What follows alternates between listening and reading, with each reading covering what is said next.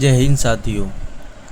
पिछले वीडियो में मैंने आपको बताया था पद्य खंड का पूरी समरी, और इस वीडियो में मैं आपको बताऊंगा गद्य खंड जो है हमारे हिंदी साहित्य क्लास 12 बुक का उसकी पूरी जो समरी है वो बताऊंगा। तो अपना चैप्टर है प्रेम घन की छाया स्मृति। चलिए शुरू करते हैं। संस्मरणात्मक निबंध प्रेम घन की छाया स्मृति में शुक्ल जी ने हिंदी भाषा एवं साहित्य के प्रति अपने पारंपरिक रुझानों का बड़ा रोचक वर्णन किया है। जो प्रेम घन की छाया स्मृति है वो एक संस्मरणात्मक निबंध है जो रामचंद्र शुक्ल जी का है। उनका बचपन साहित्य परिवेश से भरपूर था। बाल्यावस्था में ही किस प्रकार भारतेंदु एवं उनके मंडल के अन्य रचनाकारों विशेषकर प्रेम घन के सानिध्य में शुक्ल जी का साहित्यकार आकार ग्रहण करता है, उसकी अत्यंत मनोहारी झांकी यहाँ प्रस्तुत हुई। प्रेम घन के व्यक्तित्व ने शुक्ल जी की समवयस्क मंडली को किस तरह प्रभावित किया, हिंदी के प्रति किस प्रकार आकर्षित किया तथा किसी रचनाकार के व्यक्तित्व निर्माण आदि में संबंधित पहलुओं का बड़ा चिंताकर्षक चित्रण इस निबंध में किया गया। इस निबंध में मतलब कि जो प्रेम घन है उनके बारे में बताया गया है, किस प्रकार वो कवि बने और उनका जो मंडली थी वो सब के बारे में वर्णन किया गया है। तो अपना जो दूसरा पार्ट है वो है सुमरिणी के मन के नाम में 3 लघु निबंध। पहला है बालक बच गया, दूसरा है घड़ी के पुर्जे और तीसरा है ढेले चुन लो। पाठ्य पुस्तक में दिए गए हैं। बालक बच गया निबंध का मूल प्रतिपाद है शिक्षा ग्रहण की सही उम्र होनी चाहिए। लेखक मानता है कि हमें व्यक्ति के मानस के विकास के लिए शिक्षा को प्रस्तुत करना चाहिए। हमें व्यक्ति के विकास के लिए हमें शिक्षा का प्रस्तुत करना चाहिए, शिक्षा के लिए मनुष्य को नहीं। मतलब कि हमें शिक्षा के लिए मनुष्य को नहीं प्रस्तुत करना चाहिए, बल्कि विकास के लिए शिक्षा को प्रस्तुत करना चाहिए। हमारा लक्ष्य है मनुष्य और मनुष्यता को बचाए रखना। मनुष्य बचा रहेगा तो वह समय आने पर शिक्षित किया जा सकता है। मनुष्य अगर बचा रहेगा तो वह शिक्षित किया जा सकता है। लेखक ने अपने समय की शिक्षा प्रणाली और शिक्षकों की मानसिकता को प्रकट करने के लिए अपने जीवन के अनुभवों को हमारे सामने अत्यंत व्यवहारिक रूप में रखा है। लेखक ने इस उदाहरण में यह बताने की कोशिश की है कि शिक्षा हमें बच्चों पर लादनी नहीं चाहिए, बल्कि उनके मानस में शिक्षा की रुचि पैदा करने वाले बीजों को डालना जाए। सहज पके सो मीठा होए। घड़ी के पुर्जे में ये अपना दूसरा पार्ट है इसका।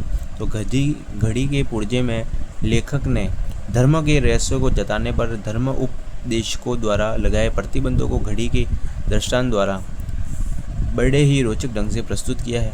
ढेले चुन लो में लोक विश्वासों में निहित अंधविश्वासी मान्यताओं पर चोट की गई है। तीनों निबंध समाज की मूल समस्याओं पर विचार करने वाले हैं। इनकी भाषा शैली सरल है, बोलचाल की होते हुए भी गंभीर ढंग से विषय प्रवर्तन करने वाली है। मतलब कि इसमें समाज के बारे में बताया है, जो समाज की कुरीतियाँ हैं उनके बारे में वर्णन किया गया है। अपना जो सुमरिणी के मन के पाठ है उनके में पूरा यानी कि जो समाज में जो पिछली परंपरा है उनके बारे में वर्णन किया है। किस प्रकार लोग जो नई परंपरा में डलना चाहते हैं लेकिन पुरानी परंपराओं के कारण वो बाध्य हो गए हैं। अगला पार्ट है संवदिया। तो सबसे पहले हम जानेंगे संवदिया का अर्थ होता है संवाद पहुंचाने वाला व्यक्ति। संवदिया कहानी में मानवीय संवेदनाओं की गहन एवं विलक्षण पहचान प्रस्तुत हुई है। असहाय और सहनशील नारी मन में कोमल तंतु की उसके दुख और करुणा की पीड़ा तथा यातना की ऐसी सूक्ष्म पकड़ रेणु जैसे आत्मा के शिल्पी द्वारा ही संभव है। हरगोविंद संवदिया, जो संवदिया है उसका नाम क्या है हरगोविंद संवदिया की तरह अपने अंचल के दुखी विपणन बेसहारा बड़ी बहुरिया, इसमें जो मुख्य पात्र है वो है बड़ी बहुरिया, जैसे पात्रों का संवाद लेकर रेणु पाठकों के सम्मुख उपस्थित होते हैं। रेणु ने बड़ी बहुरिया की पीड़ा को, उसके भीतर के हाहाकार को संवदियाओं के माध्यम से अपने पूरी सहानुभूति प्रदान की है। लोक भाषा की नींव पर खड़ी संवद्या कहानी पहाड़ी झरने की तरह गतिमान, उसकी गति, लय, प्रवाह, संवाद और संगीत पढ़ने वाले रोम रोम में झंकरेट होने लगता है। यानी कि इसमें जो बड़ी बहुरिया है वो पीड़ा में है, दुख में है, और वो कहती है संवद्या को कि उसका जो संवाद है वो उसके घर वालों तक पहुंचा दे, और क्योंकि वह घर जाना चाहती है। उसका पति मर गया है और वह बहुत ही गरीब हो चुकी है, लेकिन संवद्या ऐसा नहीं करता है और उसका सारा जो खर्च होता है, उसको रहना खाना वो सब अपने ऊपर जिम्मेदारी लेता है और उनको बोलता है कि आप कहीं नहीं जाओगे, आपका सारा ख्याल मैं रखूँगा। नेक्स्ट पार्ट है गांधी, नेहरू और यासिर अराफात।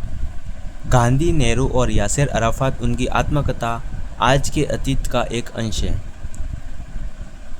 जो कि एक संस्मरण है। इसमें लेखक ने किशोरावस्था से प्रौढ़ावस्था तक के अपने अनुभवों को स्मृति के आधार पर शब्दबंद किया है। सेवाग्राम में गांधी जी का सानिध्य, कश्मीर में जवाहरलाल नेहरू का साथ तथा फिलिस्तीन में यासिर अराफात के साथ व्यतीत किए गए चंद क्षणों को उन्होंने प्रभावशाली शब्द चित्रों के माध्यम से प्रस्तुत किया है।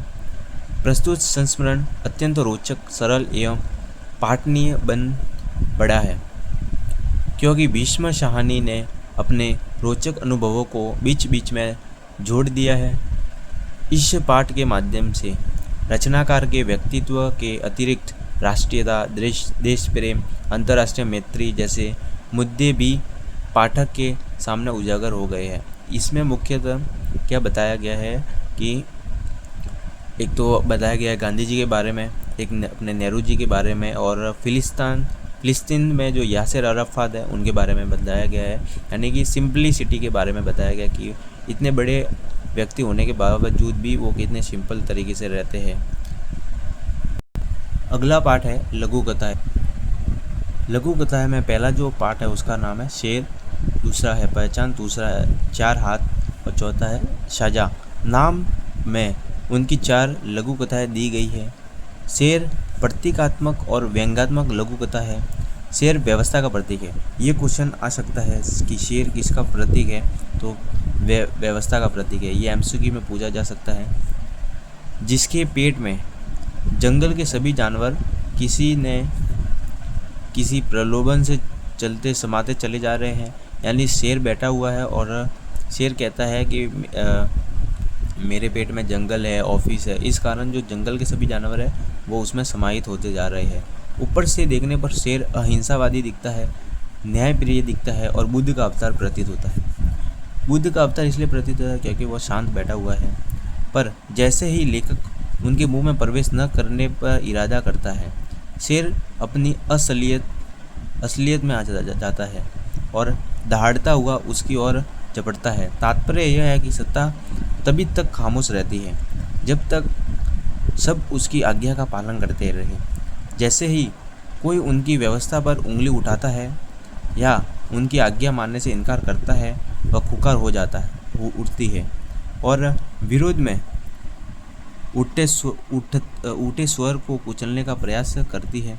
इस कहानी के माध्यम से लेखक ने सुविधा भोगियों, जद्द क्रांतिकारियों, अहिंसावादियों और सह अस्तित्ववादियों के ढोंग पर भी प्रहार किया। इसमें यानी कि ये बताया है कि शेर चुपचाप बैठा हुआ था और सभी जो लोग थे, जानवर थे, वो उसके पेट में जा रहे थे, क्योंकि वो शेर ने उनको बताया कि मेरे पेट में ऑफिस है, भोजन है। इस लालच में सभी लोग उसके पेट में समाहित हो रहे थे, लेकिन लेखक उनके पेट में समाहित नहीं हुआ तो शेर ने उस पर झपटा मारा। तो इसका तात्पर्य यह है कि अगर हम सत्ता का सही से पालन करते हैं तब तो हमें सत्ता कुछ नहीं करेगी, लेकिन अगर हम इसका थोड़ा सा भी विरोध करते हैं तो वह हमें झपट्टा मार सकती है।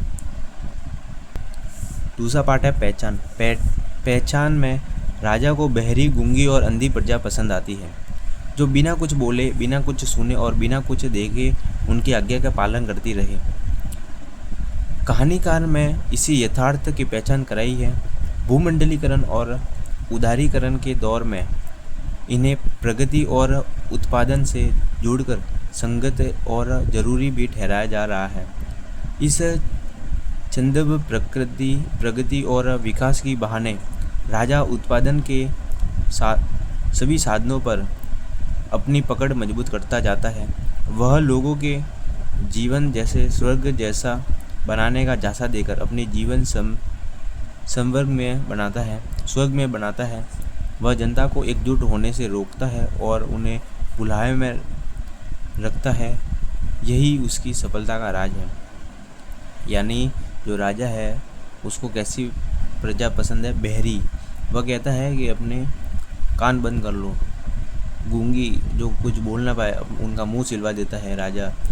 बहरी यानी कि उनके कान में शीशा पिघला कर डलवा देता है और आंखों को बाहर निकाल देता है। तो ऐसी प्रजा राजा को पसंद है, और जैसे ही लोग आँख खोलते हैं तो राजा उनको मार देता है। तीसरा है चार हाथ। पूंजीवादी व्यवस्था में मजदूरों के शोषण को उजागर करती है। पूंजीपति भांति भांति के उपाय कर, यानी भांति अलग अलग उपाय कर मजदूरों को पंगु बनाने का प्रयास करते हैं, यानी पागल बनाने का प्रयास करते हैं। वे उनके अहम और अस्तित्व को छीन भिन्न करने के नए नए तरीके ढूंढते हैं और अंततः उनकी अस्मिता हुई समाप्त कर देते हैं।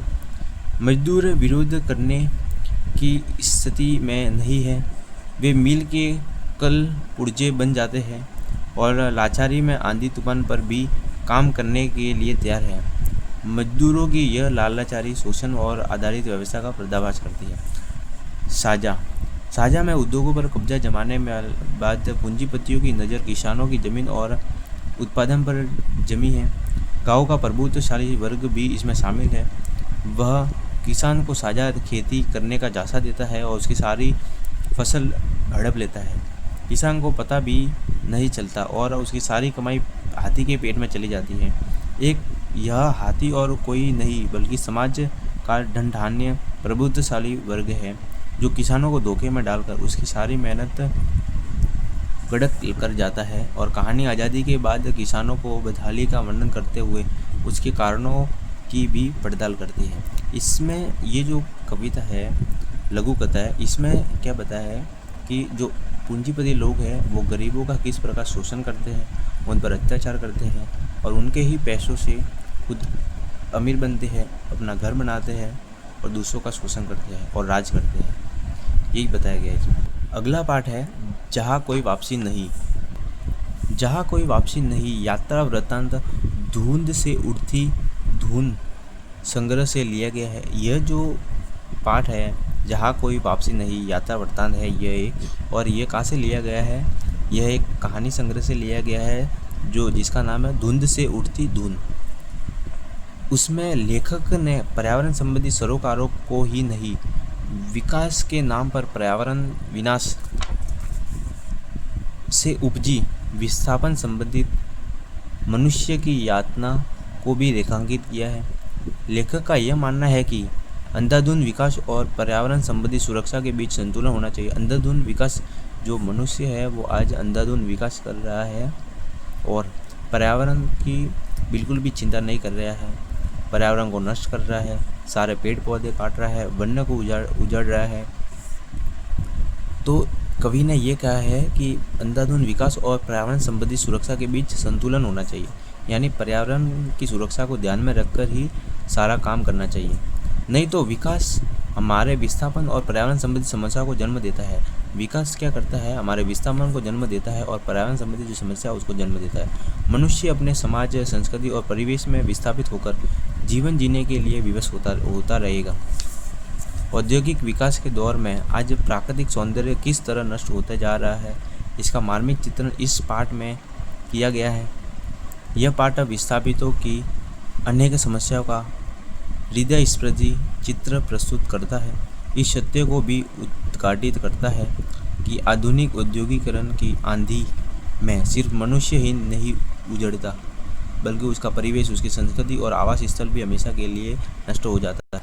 अगला पाठ है दूसरा देवदास। इसके लेखक है ममता कालिया। इसमें कवित्री है, उन्होंने ये बताया है, पाठ्य पुस्तक में संकलित दूसरा देवदास कहानी हर की पीड़ा, हर की पौड़ी, हरिद्वार के परिवेश को केंद्र में रखकर युवा मन की संवेदना, भावना और विचार जगत की उथल पुथल की आकर्षण भाषा शैली में प्रस्तुत करती है। यह कहानी युवा हृदय में पहली आकस्मिक मुलाकात का हलचल कल्पना और रोमानियत का उदाहरण है। दूसरा देवदास कहानी में लेखिका ने इस तरह घटनाओं का संयोजन किया है कि अनजाने में प्रेम का प्रथम अंकुरन संभव और पारों के हृदय में बड़ी अजीब परिस्थितियों में उत्पन्न होता है। यह प्रथम आकर्षण और परिस्थितियों के गुफन ही उनके प्रेम को आधार और मजबूती प्रदान करती है, जिसमें यह सिद्ध होता है कि प्रेम के लिए किसी निश्चित व्यक्ति, समय और स्थिति का होना आवश्यक नहीं है। वह कभी भी, कहीं भी, किसी भी समय में, स्थिति में हो सकता है। कहानी के माध्यम से लेखिका ने प्रेम में बम्बई फिल्मों की पारिपाटी के अलग हटाकर उसे पवित्र और स्थायी स्वरूप प्रदान किया है। कथ्य, विषय वस्तु, भाषा और शिल्प की दृष्टि से कहानी बेजोड़ है। इसका जो लास्ट पार्ट है उसका नाम है कूटज। इसमें कवि ने बताया है, कूटज हिमालय पर्वत की ऊंचाई पर सूखी शिलाओं के बीच उगने वाला एक जंगली पौधा है। कूटज क्या है, यह भी क्वेश्चन आ सकता है। जो कूटज जो है वो हिमालय पर्वत है, भारत के उत्तर में हिमालय पर्वत की ऊंचाइयों पर सूखी शिलाओं के बीच उगने वाला एक जंगली पौधा है जिसमें फूल लगते हैं। इसी फूल की प्रकृति पर यह निबंध कूटज लिखा गया है। कूटज के न विशेष सौंदर्य है न सुगंध, फिर भी लेखक ने उसमें मानव के लिए एक संदेश पाया है। कूटज में अपराजय जीवन शक्ति है। कूटज में कैसी शक्ति है, तो अपराजय, जो कभी हार नहीं मानता, ऐसी शक्ति है। स्वावलंबन है, आत्मविश्वासी है और विषम परिस्थितियों में भी शांत से साथ जीने की क्षमता रखता है। वह सम्मान भाव से सभी परिस्थितियों को स्वीकारता है। सामान्य से सामान्य वस्तु में भी विशेष गुण हो सकते हैं, यह जताना इस निबंध का अभिष्ट अंग है। Thank you for watching. Channel को सब्सक्राइब कर देना और लाइक भी कर देना, और आपकी इच्छा हो तो एक कमेंट भी प्यारा सा कर देना।